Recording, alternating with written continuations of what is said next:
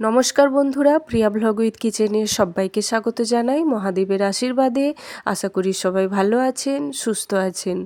বন্ধুরা, তুলসী গাছের শুকিয়ে যাওয়া ডাল বা মঞ্জুরি দিয়ে কি করলে আমাদের শাস্ত্র অনুযায়ী কোনো পাপ লাগবে না, কি করলে স্বয়ং শ্রী বিষ্ণু শ্রী হরি প্রসন্ন হবেন, সাথে তুলসী মহারানীও আমাদের সংসারের ওপর কৃপা দৃষ্টি বজায় রাখবেন, তার সাথে জানাবো প্রদীপের যে সলতে, এই সলতে ব্যবহার হওয়ার পর অর্থাৎ প্রদীপ ঠান্ডা হওয়ার পর নিভে যাওয়া কখনো বলবেন না, বলবেন ঠান্ডা হয়ে গেছে প্রদীপ ঠান্ডা হওয়ার পর এই সলতে বা পুড়ে যাওয়া সলতে বাতি দিয়ে কি করবেন বা কিভাবে কাজে লাগাবেন, এই জিনিসগুলো সেই সম্পর্কে আজকের পুরো ভিডিওটিতে আপনাদের কাছে আলোচনা করছি। তো বন্ধুরা, আসুন ভিডিওটি শেষ পর্যন্ত দেখুন। আশা করছি ভিডিওটি আপনাদের অনেক উপকারে আসবে। ভালো লেগে থাকলে অবশ্যই ভিডিওর শেষে একটি লাইক করে জয় মা লক্ষ্মীর নামে কমেন্ট করতে ভুলবেন না। সাথে নতুন বন্ধু যারা আছেন অবশ্যই চ্যানেলটি সাবস্ক্রাইব করে পাশে থাকুন। এই ধরনের নতুন নতুন অজানা তথ্য, যেটা আমাদের শাস্ত্র অনুযায়ী যে সমস্ত তথ্য জেনে আপনারা উপকৃত হবেন, সেই সমস্ত তথ্য সাধারণত এই চ্যানেলে আমি পরিবেশন করে থাকি।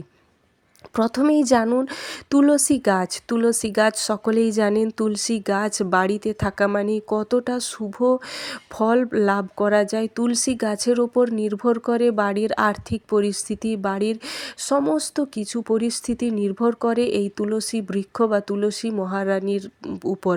বন্ধুরা, প্রতিটি বাঙালি বা প্রতিটি হিন্দু পরিবারের উঠোনেই থাকে একটি করে তুলসী গাছ, যেখানে সকাল সন্ধে ধূপ দ্বীপ জ্বালিয়ে পুজো করা একান্ত জরুরি।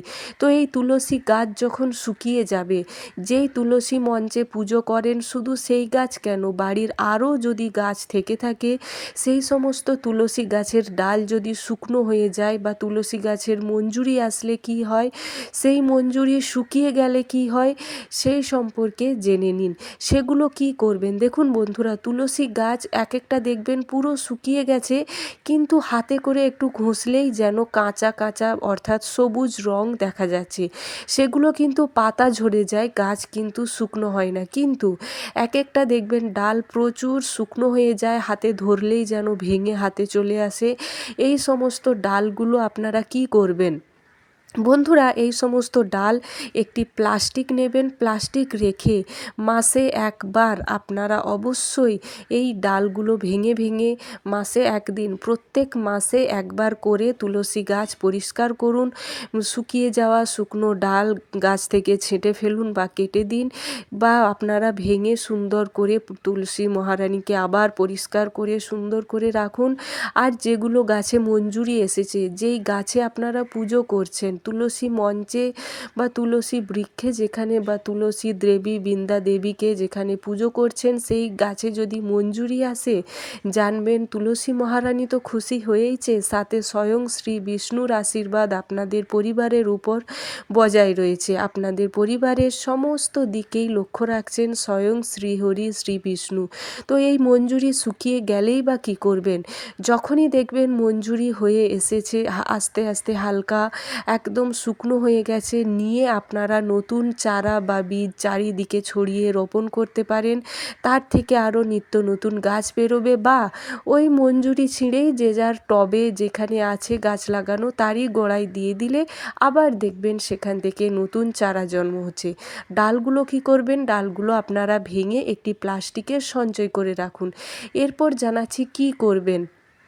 বন্ধুরা, প্রত্যেক দিন, অন্ততপক্ষে প্রত্যেক দিন যদি নাও পারেন, বৃহস্পতিবার দিন 1 আঙুলের মতো তুলসী গাছের ডাল ভাঙবেন।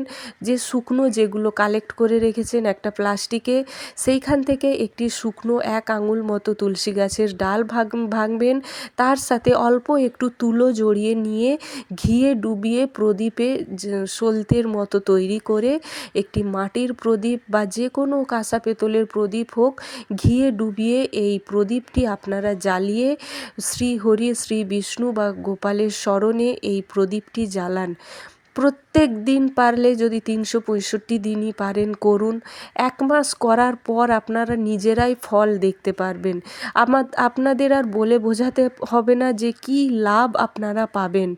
দ্বিতীয়ত আসি, আপনারা তুলসী গাছের শুকনো যে মোটা মোটা ডাল হয়, যেগুলো সলতে পাকানো যায় না, অর্থাৎ ধূপ যেগুলো হয় না, সেগুলো চন্দনের মতো চন্দন পিঁড়িতে ঘষে এই তুলসী গাছের যে আপনারা চন্দনের মতো ঘষে বের করলেন, এই জিনিসটা যদি গোপাল বা কৃষ্ণকে মাখিয়ে রাখতে পারেন, বলা হয়ে থাকে কোনো দিন চর্মের রোগ সেই পরিবারে হয় না, যে করছে তার তো হয় না, সেই পরিবারের কখনো কোনো চর্মের রোগ আসে না। তৃতীয়ত বন্ধুরা, যে কেউ যদি মারা গিয়ে থাকে, দেখবেন মারা যাবার পর তুলসী পাতা চোখে দেওয়া হয় তার সাথে যাওয়ার জন্য। মারা যাবার পর এই তুলসী ডাল দাহ করার সময় যদি কেউ দিতে পারে, তাহলে বলা হয় মৃত ব্যক্তির বৈকুণ্ঠ ধামে একদম যমরাজের একদম সুন্দরভাবে, কিভাবে যে তার মৃত্যু লোক, কিভাবে কোথায় যে তার আত্মা যায়, সেটা কেউ বিশ্বাস করতে পারবে না। তারপরেই আসি বন্ধুরা, তুলসী গাছ অর্থাৎ শুকনো ডাল। আমরা তো সকলেই পরমান্ন রান্না করে থাকি বাড়িতে, ঠাকুরের ভোগ বা দিতে কাজে, যে কোনো ভোগ বা প্রসাদ আমরা ব্যবহার করে থাকি।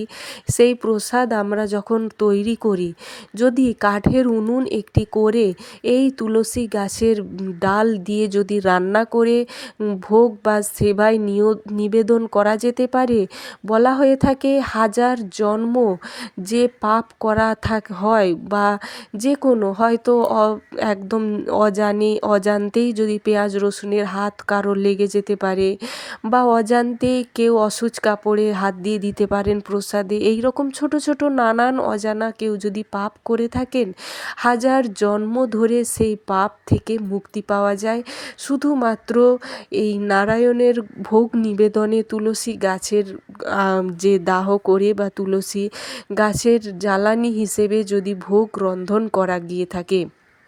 এরপর আসি বন্ধুরা, তুলসী যে পাতাগুলো কেউ যদি শুকনো করে পাউডার বানিয়ে প্রত্যেক দিন উষ্ণ গরম জলে কেউ সেবন করতে পারে। সকলেই জানেন তুলসী পাতা, তুলসী গাছের আয়ুর্বেদিকও গুণাগুণ রয়েছে।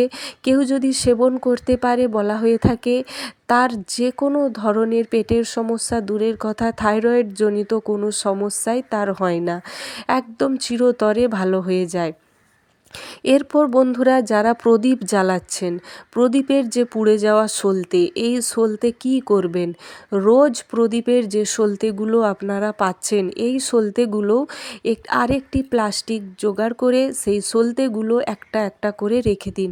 বাড়িতে যেদিন আপনারা ধুনো দিচ্ছেন, বা অবশ্যই তো ধুনো দিয়ে থাকেন, এই ধুনো দেবার সময় ধুনোর মধ্যে অবশ্যই আপনারা যদি পারেন এই সলতেগুলো দিয়ে, তার সাথে আপনারা শুকনো তুলসী কাঠও দিতে পারেন, তার সাথে একটু কর্পূর, একটু ঘি, তার সাথে যদি পারেন একটু সামান্য হলুদের গুঁড়ো ছিটিয়ে যদি ধুনো দেওয়া হয়, বলা হয়ে থাকে যে হোম করলে, বাড়িতে হোম যজ্ঞ করলে যেমনটা ফল পাওয়া যায়, এই হোম যজ্ঞের যে ধোঁয়ায় পুরো ঘর যে পজিটিভ এনার্জি বজায় থাকে, একটা সুন্দর বাতাবরণ বজায় থাকে, বলা হয়ে থাকে এই জিনিসগুলো দিয়ে ধুনো দিলে বাড়ির সমস্ত নেগেটিভ এনার্জি দূর হয়ে পজিটিভ এনার্জিতে পরিপূর্ণ হয়ে থাকে। আশা করছি বন্ধুরা ভিডিওটি আপনাদের উপকারে আসবে। অবশ্যই যদি ভালো লেগে থাকে ভিডিওটি অবশ্যই একটি লাইক করুন।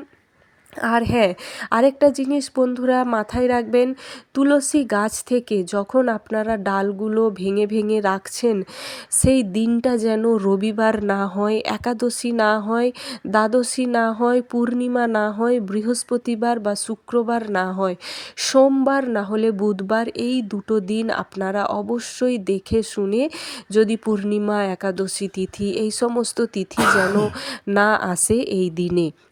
অবশ্যই এই দিনটি মাথায় রাখবেন। আর বিশেষ করে সূর্যাস্তের পর কখনোই তুলসী দেবীকে স্পর্শও করা উচিত নয়, জল দেওয়া উচিত নয়, আর ডাল ভাঙা তো উচিতই নয়। তাই অবশ্যই সূর্য থাকাকালীন এই কাজগুলো করুন। তুলসী মহারানীর কৃপায় ঘর সংসার পরিপূর্ণ হবে। কাজগুলো করে দেখুন বন্ধুরা, অবশ্যই সফলতা পাবেন। অবশ্যই বন্ধুরা, যারা নতুন আছেন, আমার এই ছোট্ট ভিডিওটি যদি ভালো লেগে থাকে একটি লাইক করুন, জয় মা লক্ষ্মীর নামে কমেন্ট করুন। সাথে যারা নতুন বন্ধু আছেন অবশ্যই চ্যানেলটি সাবস্ক্রাইব করে পাশে থাকুন। বন্ধু বান্ধব আত্মীয় স্বজনদের সাথে শেয়ার করুন। জয় মা লক্ষ্মী।